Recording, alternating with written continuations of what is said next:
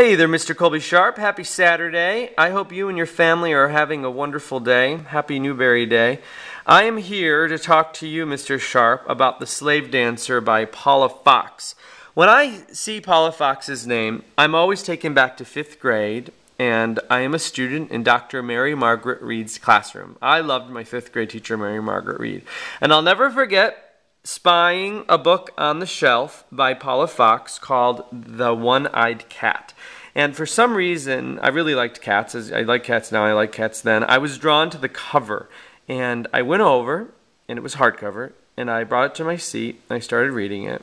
And then that evening, I took it home, and I never brought it back, Mr. Sharp. I kept the book, and I still have the book. I think it's probably somewhere upstairs. I should have gotten it out before this video, but it's too late now. One take rule.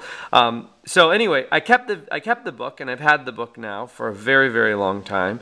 And I should probably send Dr. Mary Margaret Reed a letter, and not just a letter, but a box. And in the box, I should put some of my favorite books. I should put like The One and Only Ivan, Wonder, and a copy of Paula Fox's The One-Eyed Cat. I wonder if she would remember that that book disappeared that year. But as you and I always say, we hope the book has a nice home and someone is enjoying it, and perhaps, you know, the kid who steals the book needed it at that time. Just like for some reason at the time that I took The One-Eyed Cat, I needed it, and maybe it just filled some type of void or something in my life. But I'm going off on a tangent, Mr. Sharp, so let's focus. Here we go, The Slave Dancer. We are in the 70s, Mr. Sharp. The books are getting better and better as we go through this Newbery Challenge. I absolutely love The Slave Dancer. I think I loved it more than you. I feel weird using the word love with such a sad book, such a poignant book, such a heart-wrenching, gut-wrenching book that just makes you think about the time during which Jesse, I think his name is Jesse, yes, the time during which Jesse lived, and how Jesse had to deal with such an awful, awful, awful situation. And all of the struggles that he had, just like last week's book, Julie of the Wolves, where she had to struggle with, you know, between her culture and another culture. And in this book, he had to deal with watching such gruesome acts that he didn't believe in and that he was against, but he couldn't really stand up to it because he would have put his own life in jeopardy. And he saw what happened when the captain got upset. And I had to put this book down so many times while I was reading it because it made me so sad and just made me think about how terrible it must have been to be in Jesse's situation, as well as all of the people on the ship, and the smell and the hunger. And I could just get such a sense from reading this book, from Paula's words. I felt like I was actually there on the ship so many times. But I'm going to stop now, Mr. Sharp, because I want to talk about my Christmas tree.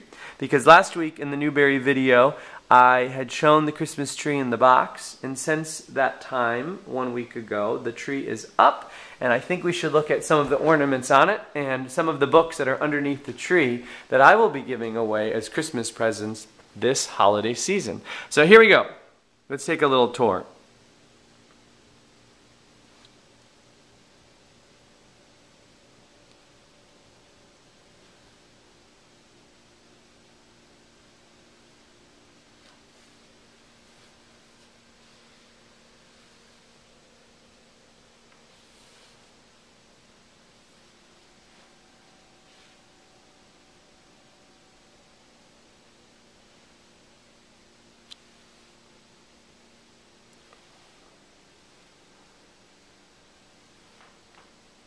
There's a lot of food on this tree, Mr. Sharp.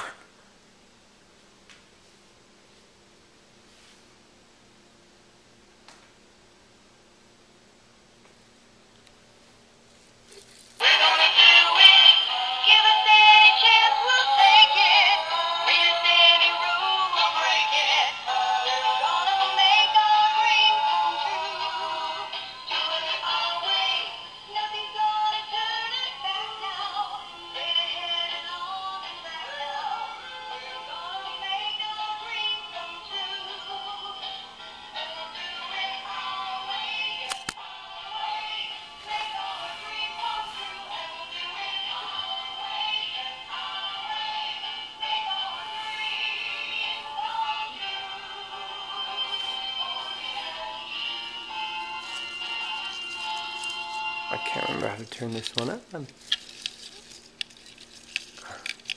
please. And there were in the same country shepherds, abiding in the field, keeping watch over their flock by night. And lo, the angel of the Lord came upon them. The glory of the Lord shone round about them, and they were sore afraid. And the angel said unto them, Fear not, for behold, I bring you tidings of great joy, which shall be to all people. For unto you is born this day in the city of David a Savior, which is Christ the Lord. And this shall be a sign unto you. All right, Mr. Sharp, let's go down and see some of the books that are underneath my tree that I think everyone should give as gifts this year. The one and only Ivan, of course. And this one I will not be giving because it's my signed copy. Wonder. Glory Be. Backseat ABC. Press Here. The Three Ninja Pigs.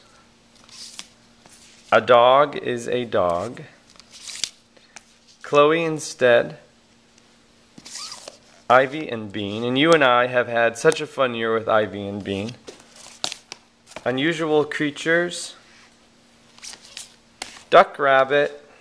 And last but not least, It's a Tiger. Now, I hope, Mr. Sharp, that you are having a most wonderful day, and I hope, as always, you read many wonderful books, and I will chat with you soon, sir. Happy holidays.